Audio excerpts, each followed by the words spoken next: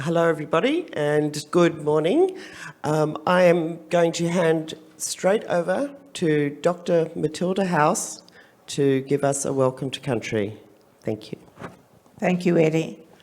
First, I'd like to say that we're here on the beautiful land of Ngambri, and I'm here welcome you to this land and to talk about the wonderful things that each artist here has been doing, and can't wait to hear it all about it. But welcome to this lovely land of Ngambri. Thank you. Bye-bye. Did you want to add? No, thank you. Thank you, Matilda.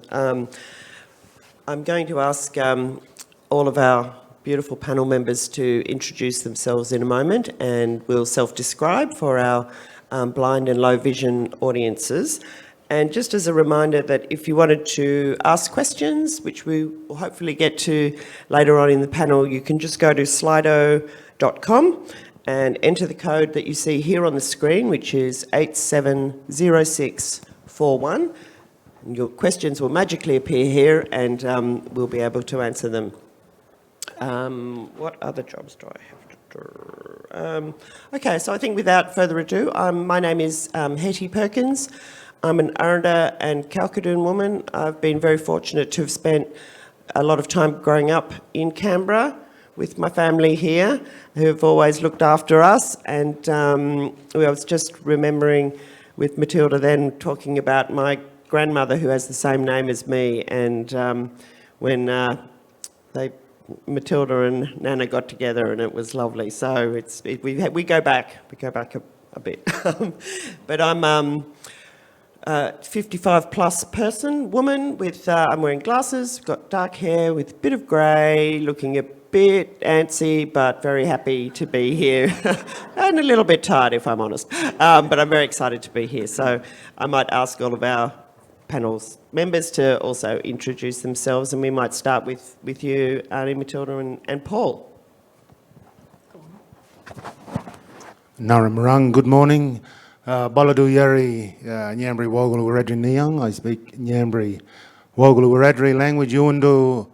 My name is Paul Girawa House. Nadu Maradu Marai Biringo Gujigango Nurumbango Dara. I was born here at the centre of my ancestral country at the old Canberra Hospital. I'm 6 foot, 90 kilos. I have grey hair now. Used to be dark once upon a time. Wear glasses. Doesn't matter. Thank you. Don't matter. I'm his mother. Yeah, I guess that's what I am. And I want to say thank yous all for being here today.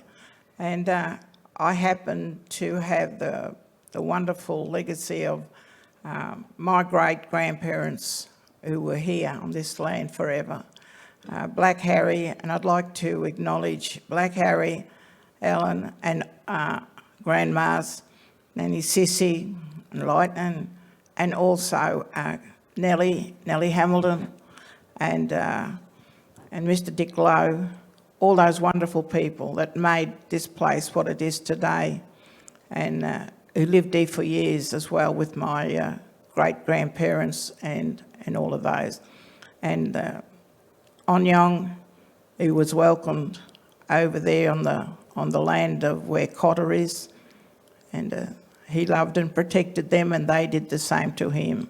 So that's my little background about some country. Thank you. My name is Robert Andrew. I'm a descendant of the Yaru people from Rubibi Broome area, born on Noongar country around Perth region. And I am wearing black pants with a burnt iron mark on my left side, which hopefully no one sees, and a grey shirt, glasses, and I'm as young as Hetty. So, Spring chickens, a pair of us. Yeah. My name's Nicole Forshoe, and I'm a proud Wiradjuri woman, say now. And I come from a long line of proud women. My mum and my auntie is in the audience here. from a little place in Central West called Peak Hill. My grandfather was born at Bulgandra. Thank you. I'm also wearing black. I have a few greys. I'm 40 this year. I turned 40. I'm not wearing glasses, but I am wearing the ceremony top. So, Thank you all. It's a bit awkward to sort of self-describe, isn't it? But it's something that it's really important for us to do. And thank you all. Should we start by Paul and Matilda? Do you want to talk about? I think it's appropriate to start with your work in ceremony and knowing that they're part of a larger project. Are you happy to talk us through some of that process and also the idea? Because it's as I said, it's part of a bigger project for you, isn't it? Yeah, Wurrugawurri, thank you, Hetty. So our works, I don't know if there's any images behind us, because a picture paints 1,000 words. And it's wonderful to be able to participate in ceremony, and because of Hetty and others, our contribution, our participation wouldn't be possible. So I'd like to thank Hetty up front about that. So our work is based on traditional carvings or markings on country called murruwago. It means the incision, the markings, the pathways on cultural objects on country. But also we've titled our work Malangara Yuwang, which means alive and strong. And it's about acknowledging, respecting and honouring the old people. That's very important to us all. Acknowledge the old people. Because of them we can. And there's a short story to our work. There's a long story as well, and there's a sacred story to this work. And the markings on the trees, Madan Waragara, Wurunbiro Gabalana, trees help keep the peace. And trees speak the language of the Budjans and the Mayinda people. So our work is about that honouring, respect and acknowledging the old people and reclaiming country. It's about revival, a return, renewal, revival of our identity through our ancestors and our cultural work. Here on country, it's important that we reclaim country on our terms, not the terms of government or bureaucrats who write policy and legislation, offensive policy and legislation to control our lives. So it's about reclaiming, taking the microphone and speaking the narrative of our people and standing strong in country, standing strong for the old people. We have to remember under the concrete and the steel and the glass of our cities and country towns is a rich, powerful, compelling First Nation history, which is now a shared history that belongs to all of us. We all have a responsibility in looking after country. Murrumaginya Yinjamara Murumuru Wirimbiradara. A respectful way of life cares for country. So a lot of my work here is it covers a range of different issues. So there's, that it's about standing solid on country and reclaiming your identity, but it's also it's a political issue as well. I make mine a political issue to put the federal government on notice about enough's enough in this country, enough mistreatment and maltreatment of our people here on country and right across the country has to stop. And Kurrajong Hill, where New Parliament House was built in the late 80s, it was built on broken law. This place was built on top of, sacred business, women's business, without the consent, the free or prior informed consent from our matriarchs, our patriarchs, our people, never happened. So that continuing dispossession and that trauma, intergenerational trauma, and today's lateral violence comes from this dispossession and disrespect from white governments, bureaucrats and politicians who sit up here at Kurrajong Hill. Buthangarayala, speak the truth. It's a message we send up to the hill all the time.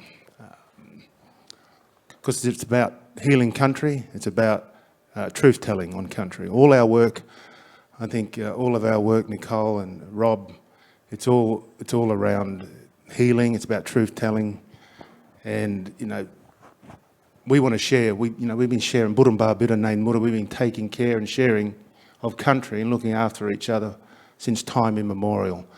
Our signature is in the land, not just our DNA. And the more we look after the lands and the waters, the more the land and the waters look after us. So I want to take everyone on the journey. I think Mum and we want to take everyone on the journey here in Canberra. The name Canberra is derived from the name of our ancestral group and people, the Nyambri. The earliest ethno-historical records, they sit in places next door in the National Library. They're powerful, compelling records of Europeans who first recorded country here.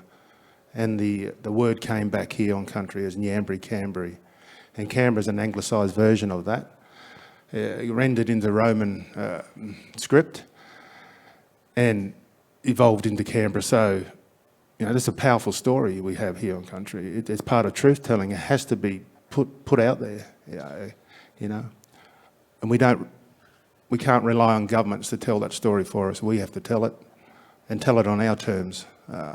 So reclaiming country, I plan to do Murawagul, Mulungari, Yuwang, scarring of trees right here through the Parliamentary Triangle.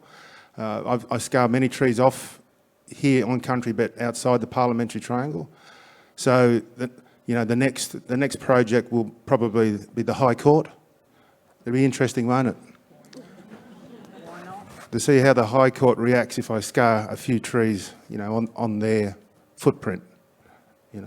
We got to remember here in the Parliamentary Triangle, this is the most powerful part of whitefella law in this country. It's the executive, the judicial system, and the parliamentary system here. We have to think, where do we sit in that as First Nation people? Where do we sit? You think about that. Where's our place at the table when it comes to those three elements here in the Parliamentary Triangle?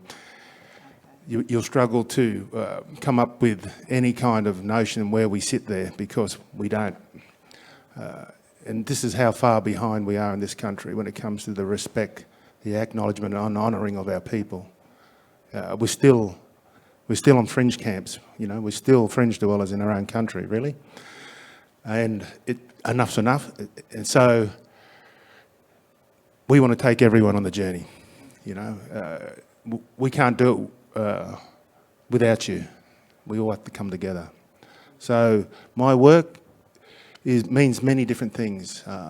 So from one end of the spectrum to that cultural time immemorial, right up until now, 2022, and everything that goes with this politically charged landscape that we sit here today in the NGA. Deadly, well said, yes. It's amazing.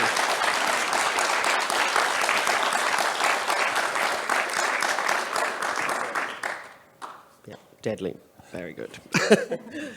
You must be very proud of what you've taught your son. And I was thinking when you were talking, Paul, about the Tent Embassy, of course, and 50th year, and I know Mum Matilda, you're wearing the T-shirt, that's got Paul as a little fella there at the protests and everything. Did you want to talk a bit about that? Yeah. When 50 years ago, having lived here long before that as well, and so was our ancestors, the day of that protest was, I made sure the rest of the other three kids were looked after, and I grabbed he was the baby, so I had to grab him, drag him along with me. He was in a stroller, by the way. And so I took him down there, and that was the big protest on the day. And here on my T-shirt shows you the struggle that some of the leaders of this country had to work through and had to go with the flow. And that I have Faith Bandler there, as well as what's the fellow down in Melbourne? Gary Foley, Bobby McLeod and all of those. And of course Paul's there playing with his little red cars. He was only 3 years old. But I'm very proud of that day that I had taken him, because after 50 years here I am sitting talking about that day that have we take a further step in this land to celebrate Aboriginal? Have we? I don't think so. That's 50 years ago. And here we are still doing the things that we were doing in 72 and had some really great people from all over Australia there when they came into country. But getting back to this wonderful ceremony, I'm sure some of you know with the T-shirts that have been worn of the scarring that comes across them. Well, that was done that's to celebrate Paul's time here, all that time doing the scarring of the trees. And I absolutely thought, you know, will he make it? And sure enough, he has. And he still hasn't finished. He's still fighting. He's still fighting for ceremony. Ceremony to us is about the rivers, you know, our beautiful rivers. Ceremony is how we're bringing our children up, grandchildren. And, you know, I'm now a great-grandmother sitting here with my son, who was so young in them days, still wanting the best forever to help them, you know, move along in life. And there's people in this audience who are sitting here today who have struggled along with us. They know who they are, and that's why they're sitting here today, to help us with this journey we're having today. And to talk about how this young girl and guy here and the work that they have been doing that represents all the things, you know, that Australia have not really ever given them that much. But they're here, sitting here, waiting to tell their stories. And I think it's so lovely to have her mum, your mum and your auntie here. And where you got mum and dad out there? No, they're in WA, darling. Yeah. Well, you know, but at the end of the day, I want to thank Hetty for bringing this all together, and also the guy that helped make this happen. And is Nick here? I can't see your hand up. No, he's probably out somewhere else. But Nick too, who is the director of this beautiful place, I want to thank him for making this happen.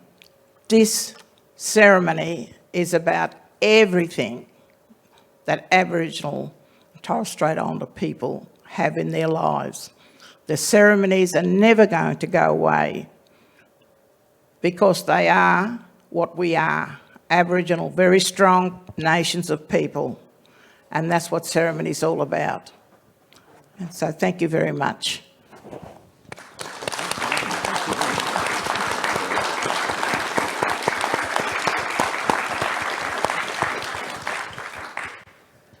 That's beautiful. I think that the phrase "ceremonies, they are what we are" is something that'll just... And I forgot to say,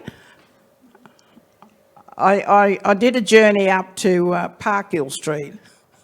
The journey was still in Pierce, but we just lived around the corner from Eddie and the family.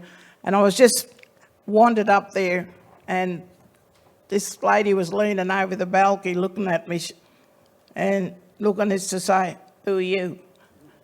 No, it was Hetty's grandmother, Hetty Perkins. So I want to thank Hetty, you know, for always making those wonderful memories to be here with me all the time as well, the ones we had with her mum and dad. Thank you, Hetty. It's yeah, I'm the one that owes you thanks. Thank you so much.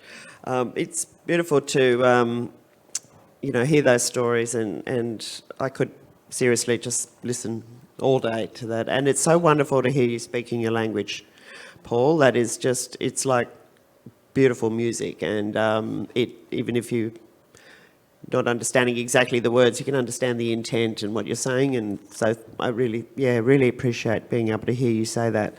And language is a very big part of this with this exhibition, and of course our lives, and that language is often written, you know, in a non-kind of alphabetical way, you know, like the mark making of the scar trees, and of course in your work, Robert, is all about language. Can you sort of talk about why that is significant to work with language in your personal experience with your background?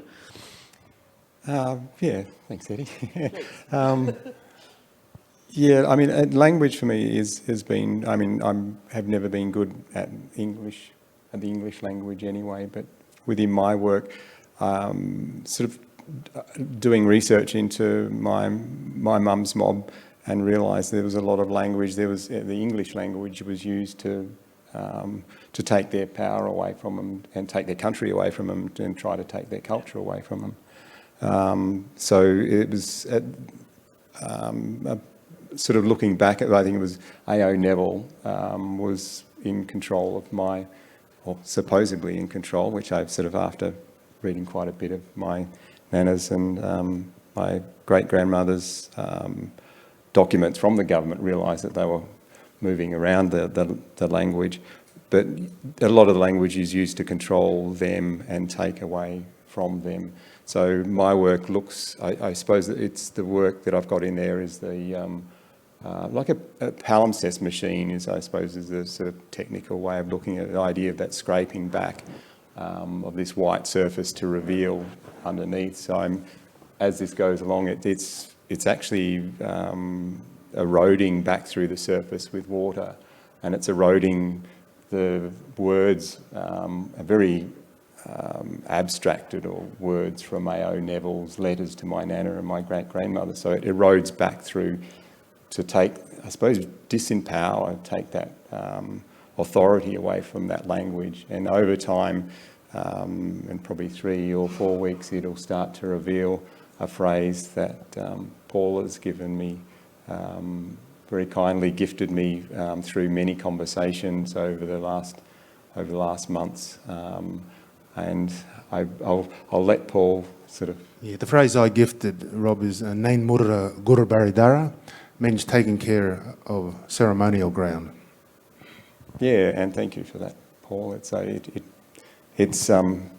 been a lovely process to go through this and hear and that language, but also sort of place it within my work and to have that appear over the time and create it, because my work it talks about, I suppose, slow time and long time, so the past now and in the future. So over that time, it's slowly taking these away to reveal the words, but it's also creating, within that, it's creating a landscape, a growing landscape, both on the wall but also on the ground where the water bleeds down onto, becomes a moving landscape as well from that language appearing. So that's sort of, it's, for me, it's language. I think I look at language as sort of English language as a coloniser's tool to take away. I mean, you take that away from people, you're taking so much knowledge systems that are held within that language, so much culture that is within that, and it's. I'm only sort of, my journey is so small at the moment compared to understanding the depths of that knowledge within that language, within individual words that hold so much that they can't be interpreted through or easily interpreted into English without having that understanding of that country, and that country has informed that language. So there's this constant sort of relationship between language and country that feeds back into each other. You talked about, I think one example of that, and speaking about our grandmothers, great-grandmothers that we're all talking about, you talked about the word Mimi, and I thought that was a... Yeah, Mimi, and as I think the first time Nana sort of sat us down and showed us some images, and I suppose one of the first time I sort of truly understood my Aboriginality, I suppose, and my heritage was seeing these photos, and she pointed one out, and it says she referred to this person as Mimi, and we for a long time didn't understand what Mimi was, but then it was only, I think, my sister doing research and talking to other family realised that it was mother's mother is Mimi. So I think that was the first word I used within my work, was that it was seen by about 2 or 3 people, I think, in its entirety, was using that word Mimi and bringing that word back into our, I suppose, our family as well. But yeah, it's Getting that true meaning of that word back for your family. yeah, because it was, for a long time we thought that was her name. And now my sister's now Mimi to her grandkids, and so that word continues as a word in a place with ours. But then that references back to her. So it's that connection back to our ancestors as well that comes through this language and these names. So yeah. And you do works are called a connective reveal, aren't they? So they really do refer to that. Yeah. The different connections, like the connection of ceremony and country and people with country. Yeah, it's beautiful. Yeah. Thanks, And Sandy. with family connections, of course, with Nicole, we've got Christine and Kay here. Kay Williams, also a very good artist, just quietly. Do you want to talk about some of the connections? I know that it's, for you, it's very... No, okay, I'll try not to. That there are very significant personal connections that Nicole has formed in her relatively young life to create some works. Do you want to talk first about well, anyway, you talk about your work in whichever way you'd like to. Thank you.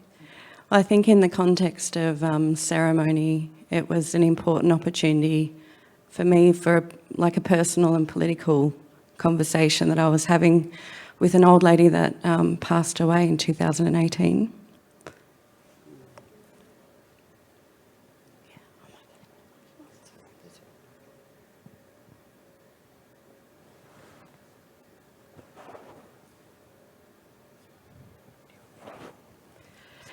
So there was an opportunity to ask the National Gallery to acquire her works.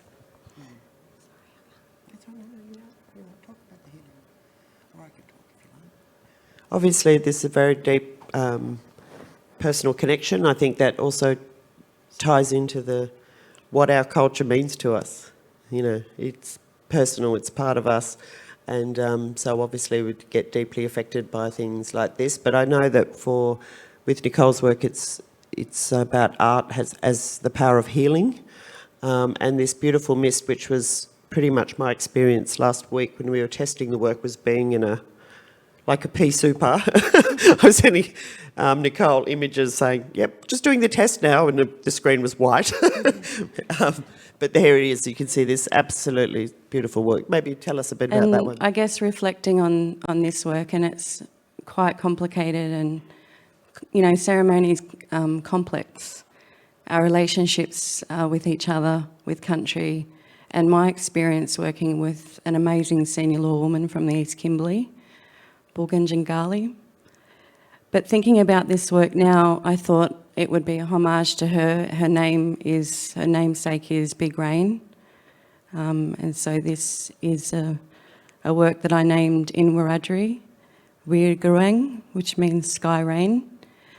But also thinking about it yesterday when I was in the space, the sense of smelling the white cypress from Dubbo, from Mum's country, was really also the ability to sort of sit still and think about the incredible journey it has taken to create a work of this scale with the support of the NGA and HEDI.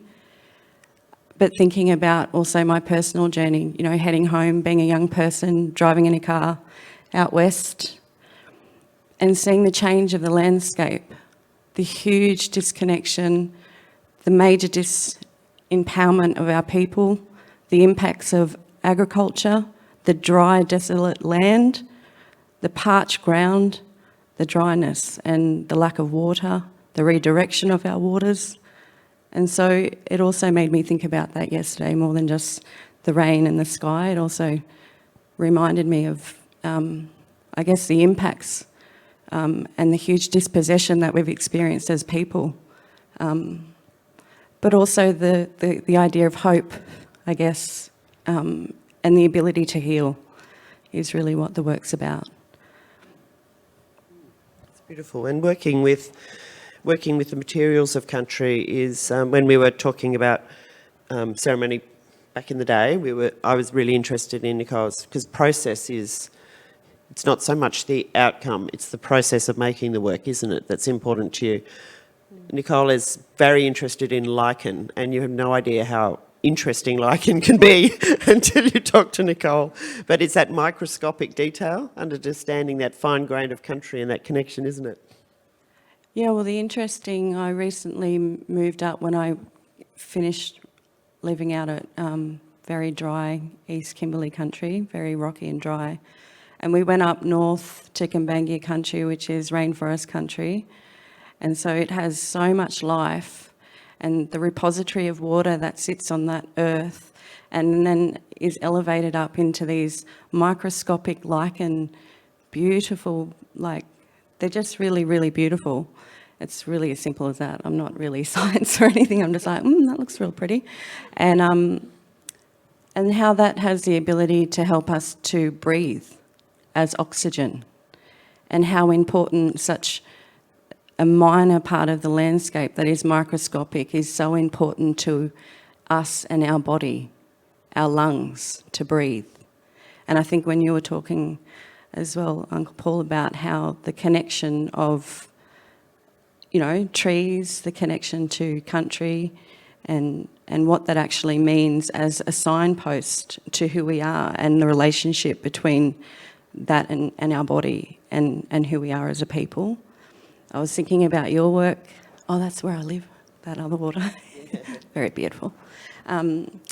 Thinking about your work, Robert, when we went into the exhibition and we sat, I actually didn't know that it was going to form into a text work. But what I did see was the story unfolding of an old man walking through with the trees. I think we found a whole little family of emus, Dinuan. And we were just mesmerised by this typographic landscape just unfolding.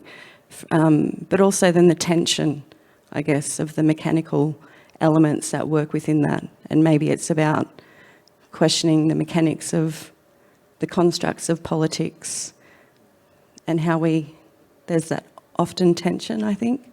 But yeah, beautiful work. I'm pleased to be sitting up here with you. Thanks, Nicole.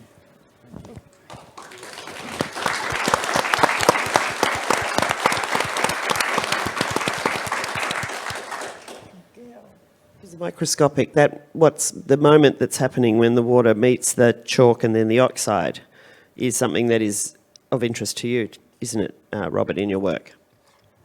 Yeah, it's sort of it's a moment that I suppose that connection between that water, it happens in it's sort of that, I suppose, microscopic time and size as well, but it's that time, that moment, and it's hard to capture that moment, but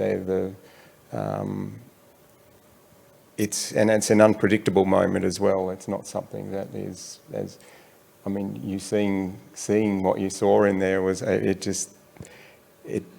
I was very happy to hear that, because it was sort of something that there's so many different ways of seeing it, but that is a way that I like to look at as sort of a developing landscape. But it was lovely sort of having that chat with you, you taking me into the work and showing me the old man there that I'd seen before and going, well, that looks like shape, but it was really nice that you sort of picked him up. And that's not intentional, those moments are never intentional. It has a programming about it, and it has a mechanic about it. But in a way, it's sort of that idea again of subverting this mechanic that was always been used to print or do something against language, against our languages, and sort of using that for those moments that it creates things that I don't. There's, and I suppose getting into it's programmed to go to certain areas, but that's where that moment of where it hits, it's told to go there, but that moment where it hits is out of my control. It does its own thing, and it's this sort of, there's a repetition or ritual of this constant movement, but doing something different every time, and every day is different into what it does, but there's how it forms. There is a nature about it, and how that happens, but it's not something I can predict. And I like that. That's a constant repetition, but the outcome is always moving. And I think that's part of what I see within ceremony. It's these ceremonies is part of this imparting of knowledges, and it's not a static or a stagnant thing. It's not that repetition of an exact moment or time. It's sort of something that learns from or takes from knowledge of that and adds to it, and then continues on. And it's that constant movement and flux of knowledge systems and a natural way of doing, as opposed to this forced mechanism that tries to constrain our environment and people and everything else like that. It doesn't. We don't and shouldn't exist within those areas. Yes, it's beautiful, that sort of sense of mark making. I was thinking with Burjungali's work, whose work we saw briefly, and those are scarification, Gamera, is it? Scarification marks, which are for, protection. And I know that Nicole's, I'll try and represent that work and when I ask Paul a question, but and thinking about that idea of scarification and, how important it is in our communities, and of course with the scarring of the trees, those works become a form of protection too, don't they? And they're like guides, sentinels in the landscape. So they are, they have that role as well, don't they? As well as asserting sovereignty, they work on a number of levels, those designs. The scar trees. Yeah, the scar trees are a reflection of our creator, our Bayami, and our creator and protector. Here in the southeast,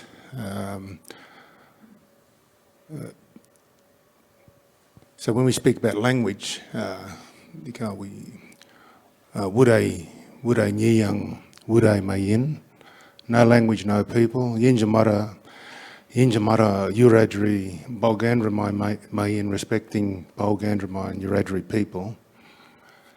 Yeah, the scarring of country. Our ancestors scarred country since the dawn of time, and scarred ourselves since the dawn of time as part of that process.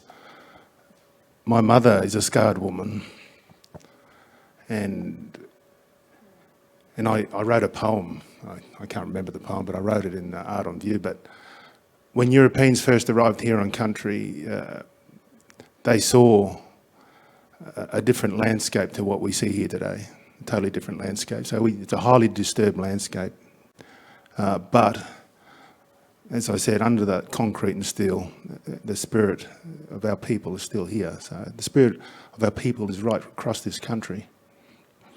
And just here at Duntroon, Dairy Flat, but the Duntroon Dairy, St John's Church here, and Acton Peninsula, where the old Canberra Hospital is. When Europeans first arrived, they saw our ancestral ceremonial grounds right here. And those ceremonial grounds were created by the old people, and they were destroyed really quickly by Europeans when they first arrived or invaded our ancestral country.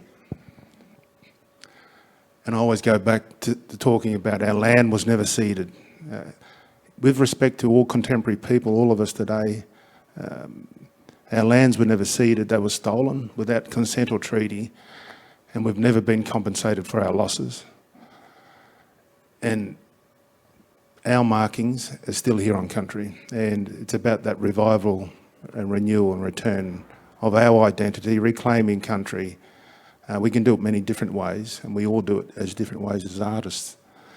And we all make a contribution to a modern day version or understanding or interpretation of ceremony. So I think it's good. It's about being inclusive. We're all inclusive. We don't want to exclude anyone, and governments play a big role in trying to exclude Aboriginal people in everything we do in our lives in country, from A to Z. So, and this is one small part of what we do on country. So it's a long battle. The fight continues. Every day is a fight for survival for our people. So, and through our art and through our philosophy and ideology that we have on country, I think it's important to have these opportunities. And it's places like the NGA that house these stories. So the landscapes and places, so it's important that our culture and heritage is passed on from generation to generation and embodies and preserves the relationship with the land. And it's vital that these places and landscapes, such as the NGA, they house these stories. And the long-term protection of these places is important for our survival and identity on country. So, you know, we as First Nation people, we're all scarred people. We've been scarred by dispossession since boat people arrived in Sydney Cove in 1788. It's been a long, hard journey for recognition and for our rights and to have a seat at the table, to be able to... we've always wanted to share our ideas and solutions with this country, but there's a risk-averse approach to the way whitefellas see who we are here on country. A risk-averse approach that it's all about mitigation, incremental sharing of power in this country. There needs to be a big shift in the way this country approaches our people. Yes, absolutely. And I think that's of course what the embassy, my understanding is that the embassy was set up for, to say that we're not included in as part of the country. Of course, when Robert and I were born, we weren't counted in that was before the referendum. So we were sort of spent a couple of years in the wilderness. So not as many years as you, of course. Matilda, you were thinking about country and that connection to country that we have. You were talking earlier about, hair and sweat, and I think, can you talk a little bit about that and some of your ideas around that you were thinking? I've been wanting to do something for years and years and years. Somehow I never got around to it because I was always busy doing something else. And if people who know me will know how busy I have been. We must remember when we're talking, especially young one here and this young fella and that young fella, years have gone by and no one talks about how the country was talked about when they come into country and when they left country. People tend to think now that you can just come in and go and do nothing about it. But to me, years and years ago, people used to say when, a little girl running around on the couple of missions that I was on, Hollywood and Ramby, that how they used to say, well, don't go leaving your hair because, having that there will give you a lot of trouble from others when you leave that hair. The other one is sweat. People still don't understand what that means. Sweat is when you get welcomed in the country and you are part of that country. These things don't happen because we're not teaching our young ones about the time before. We all think we belong. When you belong, you know what you have to do to belong. And that's looking after yourself when you're in other people's country. So that's what I was hoping to do later on in my life when I retire. Instead of running around with all these great grandchildren, we can teach them how I'll be teaching them is how to really belong, and to others who want to come into country, like these wonderful people here, that how blessed are we to have this ceremony and to know that those scarred trees, and I noticed too that they're all done, because I call them Albert Namatjura trees, because that's what he painted. But let me tell you, the tree that I love is Tirwiri. Tirwiri in my language, in our language, mean, what's that word? Ironbark. Ironbark, black ironbark. It's strong. And that's the name when they asked me over in Queanbeyan, oh, we got this little school we're starting up, Barney Matilda. What should we call it? And how can we, what can we do to make that strong for these? Because these are all little handicapped school it is. And the only tree I thought of was that ironbark tree, Tirrawari. That's the name of the school. And all the kids know it off by heart. Oh, which school you go to? I go to Tirrawari. You know, they don't go to Queanbeyan South. They don't go down to East Queanbeyan, all them places. I go to Tirrawari. It's a sense of belonging. And that's what that beautiful black tree is to me. People talk about trees and they only want to know the ones what they've seen, what was done on artwork of everybody. And they are strong trees, all those gum trees. But no one talks about those black trees. Not because I'm black, it's the way that they are. Strong, black, you know, trees. They got that bark on them. You know, they got that bark. Yeah, so that's what it's all about. What I want to do later on, I don't know how much later, because, you know, 77 now, and I'm still going strong. And I know I've got a couple of friends in that audience the same as me, age. And we're going to do, I'll be looking for them to say, well, what can we do together? And those strong people who are sitting there today, they're going to be there for me as well. So, Hetty, that's what it means to me, sweat and hair. It's a sense of belonging. And everything that my son has carved is the sweat that he has put into those trees. You know, and I love it when I was walking around looking at them. And in time and years to come, they'll always be there, those scarred trees. And they're telling a story.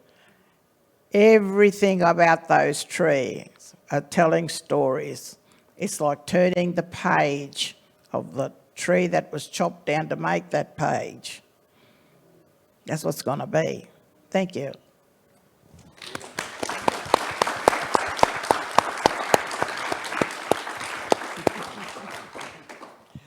I think it's been, and I know I can speak for myself, of course, Kelly Cole, Literature Warramunga Woman, Aidan Hartshawn, Waggaloo Man, and Peter Johnson, the curators of this exhibition, to say that it's been for us, but also all of the artists have just felt so embraced and welcomed and safe in this country because of your kindness and generosity. So thank you very much. We do have some questions. With a few minutes left, I think it's probably a good one to ask actually now. Is it culturally appropriate for people to touch the tree scars?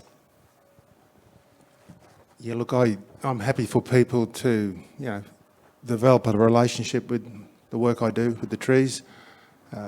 Always nice to approach a tree with respect and thank the tree for, you know, its life and its the resources it gives us. So it's nice to be able to touch the trees, touch the bark, you know. Yeah, so, you know, the trees are there for everyone to enjoy, you know. They are, you know, they're contemporary trees, you know. If different times. We live in different times, so it's okay to touch these trees here in the sculpture garden.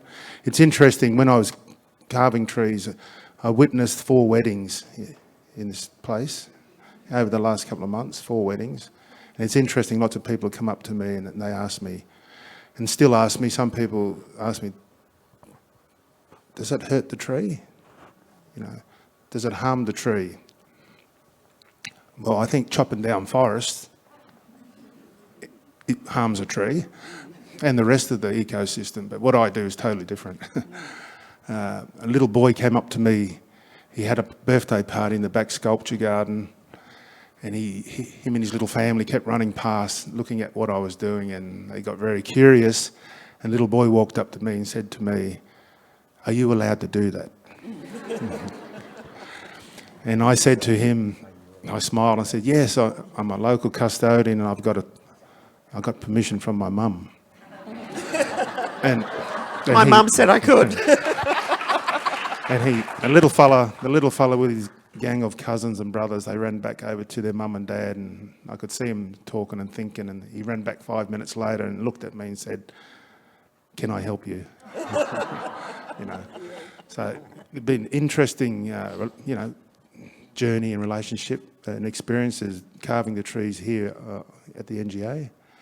And, I strategically placed the trees here the best way possible to give full exposure to the audience and to the visitors that come here.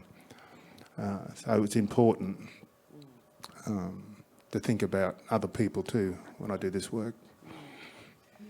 I love the way that you walk through and you come across them unexpectedly too, because they're looking in different directions and, telling different stories. It gives you such an immersive... It's not like a big sculpture just there. That it's much more immersive and beautifully connected and engaged, which is something I'm really enjoying. I mean, we have been trying to keep track of the trees. I know Aidan and Kelly, and trying to so we can map them out, and sometimes we can't find them, and I'm just like, oh, they're just being cheeky and just hiding from us. It's Paul being cheeky. But look, I think we don't have much time remaining, but we do have some more questions, so I might just go through them. So, Robert, are the ochre words always removed after the exhibition? I've never been here for the end of the exhibition. Oh, sorry, I've never been here for the end of the exhibition. Yeah, the words remain there. I'd like to see it as, or imagine it as something that continues in a way. So there's a process, I think, of taking that off the wall. But for me, there's because I know the materials I use. I think I've got everything I own has got a fragment or a mark from that material. So I know that's when it gets taken off, it's always going to be underneath that. It's always going to be in the layers of the walls of the gallery in a way. So it's nice to know that you can't remove it totally. It's always going to be there as sort of fragments of it all. Yeah. Yeah, it leaves an indelible mark, doesn't it? Yeah. Indeed, that's why they put me and others in a big plastic bubble when we were doing it, so we didn't get it everywhere else. Quite the process. I hadn't seen one prepared before, but yeah, it was quite a process. Nicole, you've got a question. Someone's asking, can you tell us about the healing properties of white cypress? So what I can say is that yes, there are both spiritual and physical properties of the white cypress that are beneficial for you as you apply it to your body and as you might inhale it in the space and in the exhibition itself. But also conceptually, the properties are talking about some of the devastation and the impacts of agriculture and land clearing that's happened in the Central West, and the ability for me to be able to, I guess, talk about reclamation of country and obtain what I think is the most beautiful oil. It's like gold. It is extremely expensive to purchase. I'm looking at Peter now. But also there's a resurgence of trying to work with farmers in the Central West to be able to collect that sort of surplus wood left over from some of the cutting down of those trees, and to ensure that there's ways that you can use those trees of 400 years and they're falling on the ground and weathering away in the dry desert heat. And so yes, they do have healing, physical, antibacterial properties, but conceptually it's used to really talk to some of those concepts in the artwork, and hopefully you will feel well after you've experienced it too. You can also purchase the oil in the retail shop. Yes, there's been a bit You'd of... like to apply it at the body. think that might be a good place to start wrapping up our session with thank you, Nicole, for reminding us. Yes, you can actually have a take-home beautiful products that Nicole has made, and they're in the little bags, aren't they? And they're in the beautiful little bags that with natural dyes that she's made to accompany them.